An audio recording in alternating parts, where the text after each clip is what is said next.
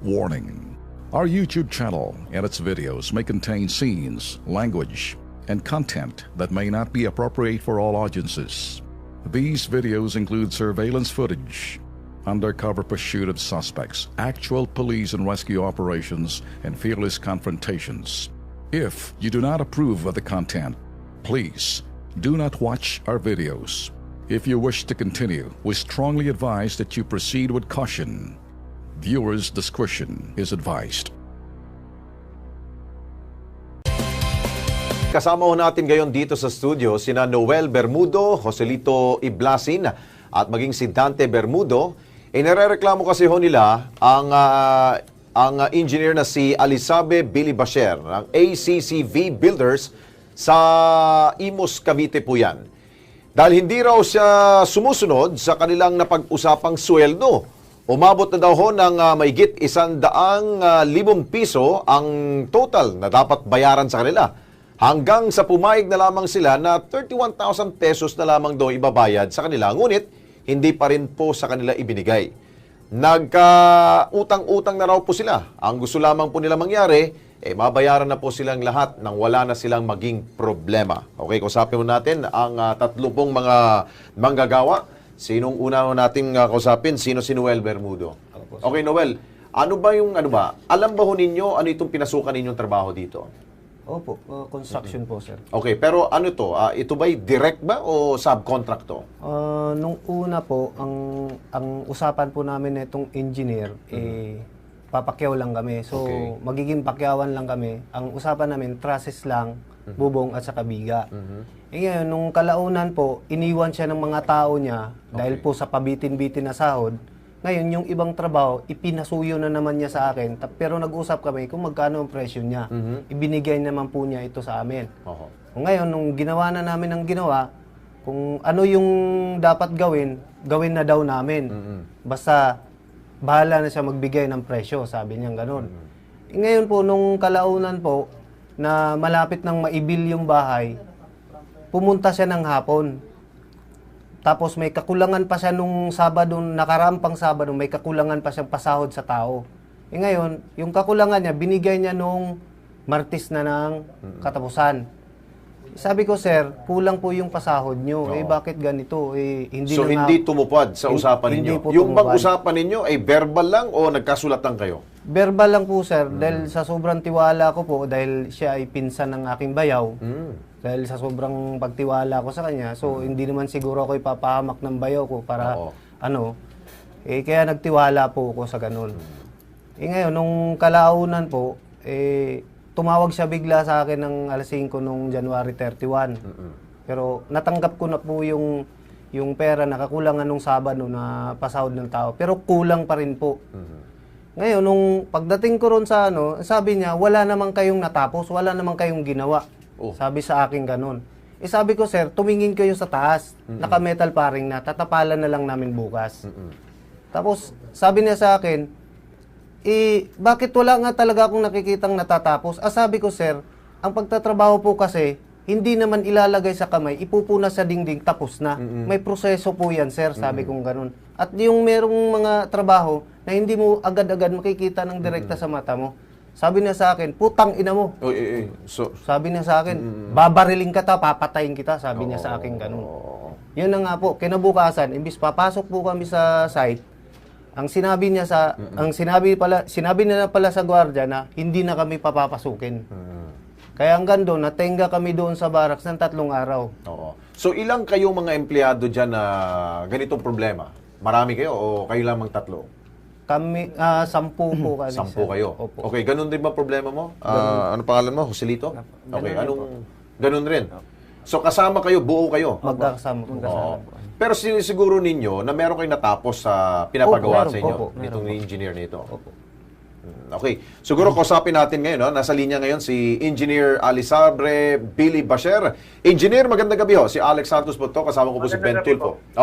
Ano hong inyo pong gusto namin makuha ang panig ninyo dito sa reklamo na inyo pong mga empleyado? Mukhang hindi daw ho nagkaigihan ho sa inyo pong pasweldo ho. Ano bang totoo ho dito? Opo, ang totoo po niyan, unang-una, nagkontrata po kami. Okay, subcontract ko yan. subcontract sila, natatapusin nila hanggang first week of February. Tapos, nagsasahod ako ng every arawan. Tapos kung yung kontratahan namin, kung may matitira, pwede yun ang kukunin nila sa pagkatapos ng trabaho nila. Opo. So, hanggang sa yung sinasabi niya, hanggang sa oras na yon,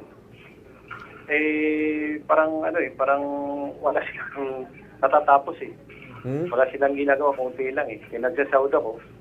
Kaya maano yung kontrata namin doon sa project. Sinabi ko sa kanila, wag na lang natin ito ituloy. Parang lumalabas so ako na hindi sila marunong eh. parang lumalabas so engineer, dahil kayo ho'y engineer, alam ho ninyo kung ano po talagang dapat matapos sa trabaho. Ganun po ba ho yun? Oo. Sabi nila sa akin, promise nila sa akin, matatapos nila doon sa first week sa February, pinakamatagal. Ayan ang sinabi ko sa company. Pero sabi ho nila, tapos na daw ho eh. Bakit hindi pa daw ho ninyo binabayaran sila ho, engineer? Wala sila natapos. Kahit bukas yung sinasabi ko, bukas punta natin para makita ninyo kung ano ang natapos nila. Naalata ko na hindi sila marunong eh. Imagine, yung mga bintana, iba-ibang sukat eh. May malaki, may tabing eh. Yung pinto, may buntis. Yung mga kanope, para makita niyo bukas yung sabi ko, punta natin, makita niyo. Yung bintana, lahat ipapalitan eh. Kasi buti, naagapan ko eh. Kasi nakita ko na parang hindi sila marunong eh. Kaya sabi ko, tigilan natin ito. Para siguro, engineer, para hindi na ho tayo humantong po dito sa demandahan, ano pwede ho nating, para masolve itong problema ito? Ang magandang gawin natin bukas, kung sabi ko sa kanila, punta tayo, tingnan natin kung ano natapos nila, anong bilangin natin, babayaran ko kung anong kulang sa akin. Kung wala kong kulang, ewan nyo, magbabayad. Yung sinasabi ho nila, mahigit 100,000 ho, kaya ba ho ninyong bayaran ho yun? Wala sandaan. Sila pang nagsabi na ito yung babayaran mo. Sabi ko, sige. Ang inaplaplas nila lahat, 30,000 na, 31,000. Hindi umabot sa 100,000, nagsinungaling yan sila eh. Nung nagbilangan kami, hindi ako tumawad. Basta nang tinutal namin, 31,000. Sabi ko, sige, titingnan ko kung papakita ko sa engineer sa mga foreman kung okay yung trabaho nyo. Pag okay, babayaran ko sa inyo. Pinakita ko wala lahat. Imagine yung isang tubo, nilagay doon lahat ng wire, yung sasabog yun. Hindi sila marunong eh. Hindi sila marunong kumawa. Siguro ho, dahil meron ho kayong kasunduan ho dito, siguro kung ano ho yung nagawa nila, pwede masiguro bayaran na siguro ho ninyo para matapos ho to, engineer. Kaya maganda bukas, sukatin natin kung ano nagawa nila. Bayaran ko. Anytime. Okay, gusto ba ho ninyo na meron pa hong ibang mamagitan ho dito para masiguro ho na sila po yung mababayaran? O pwede ho ang kilos pronto na lang ho dito, mamagitan?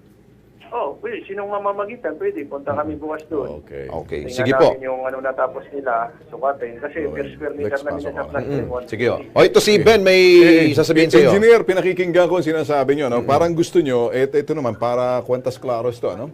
Ang gusto ninyo, pupunta roon para makita muna kung ano yung na-accomplish nila. Yun. Para at least nakita Okay. kung ano. Kasi mahirap naman ako sa salita-salita lang. Okay, sige. So, doon sa na-accomplish nila, doon mo sila babayaran. Okay. Yun ang babayaran ko. sige. Yung mga back-job, sira. Hindi ko yung babayaran. Sira eh.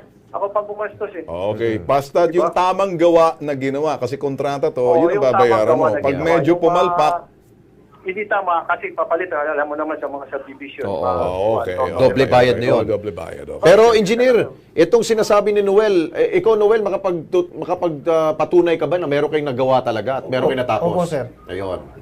Sige. Di ba? Kasi Saka may hindi na-event naman naman ako po sa kanila. makukwenta yun kung hindi tapos po. Okay. Siguro, engineer, sasamahan namin ito ng Kilos Pronto Team para at least Madokumento. mabigyan ho natin ng kalinawan ito. Alright. Okay. Bukas. Sige po. Tama niyo sila. Okay. Maraming salamat po, engineer. At least kinuha ho namin ang panig ho ninyo. Okay, siguro ganun na lang. Gagawin ho natin para magkakwentahan tayo dun. Kung tama bang inyong ginawa, para kung merong tamang ginawa, babayaran niya ni engineer. Ayos. Narinig mo naman. May kwinenta na po sa sir eh. Nandito po sa akin. Dala ko yung record. Kasi Sila mismo ang ganito na nagkwenta. lang, ganito. Para malabo yan. Kinakailangan madokumento at makita namin kung ano yung tama. Kasi kami, Mas third maganda party po, sir. kami. Dodokumento lang namin para may turo niya, ito tama, ito tama. Pag mali, anong gagawin noon? Doble trabaho, gabayan. Kaya yun ang ibig niya sabihin. Maganda rito, nakikinig siya. gusto niya rin may third party na papasok, kami yon. Idodokumento lang namin para maging patas. Mukhang okay naman sa engineer rin kausap. Okay nga po kausapin, sir. Ha? Pero yung hindi okay sa akin, yung pagbantaan niya ako. Okay, medyo ibang usapan. Ibang usapan na yun. Ayusin na lang muna natin yung pera, tsaka yung banta, tsaka hindi naman nangyaring banta eh. Baka siguro mainit lang ang ulo. Siguro ulo. Pareho kayo mainit ang ulo. Okay, siguro. Ano natin yan? Sikasuhin natin yan. Okay? Sige po. Thank you. Maraming salamat.